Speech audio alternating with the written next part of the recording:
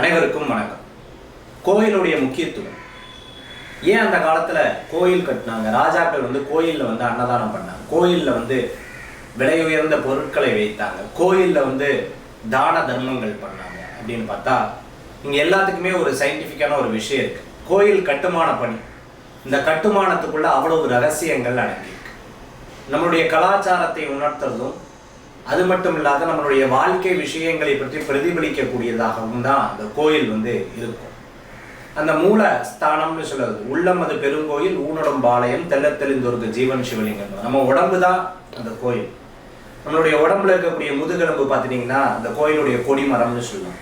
அப்படியே கொஞ்சம் கொஞ்சமாக உள்ள போக கர்ப்ப கிரகம் நம்ம பார்க்க முடியும், உள்ள இருக்கக்கூடிய மூலவரை நம்ம பார்க்க முடியும்.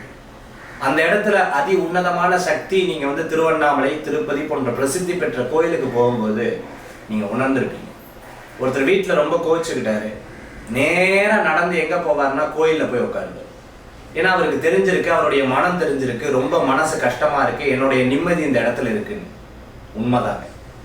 இறைவன்கிட்ட தான் நம்ம வந்திருக்கோம், இங்கே இருக்கக்கூடிய பிரச்சனைகளை பார்க்குறோம், பிரச்சனைன்னு என்னால் தாங்க முடியலன்னு சொல்லும்போது கோயிலில் போய் உட்காருவோம். அப்போ அந்த கோயிலில் ஒரு மன தெளிவு கிடைக்குது, அதுலேருந்து வெளியில் வரும்.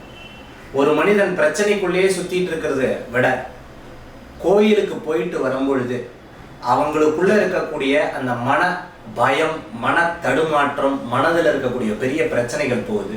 அந்த கோயிலில் இருக்கக்கூடிய கட்டுமானம், கோயிலில் இருக்கக்கூடிய வேத மந்திரங்கள், கோயிலில் இருக்கக்கூடிய மூலவருடைய சக்தி, கோயிலில் இருக்கக்கூடிய அந்த மிகப்பெரிய பலம் தான் இதுக்கு காரணம்.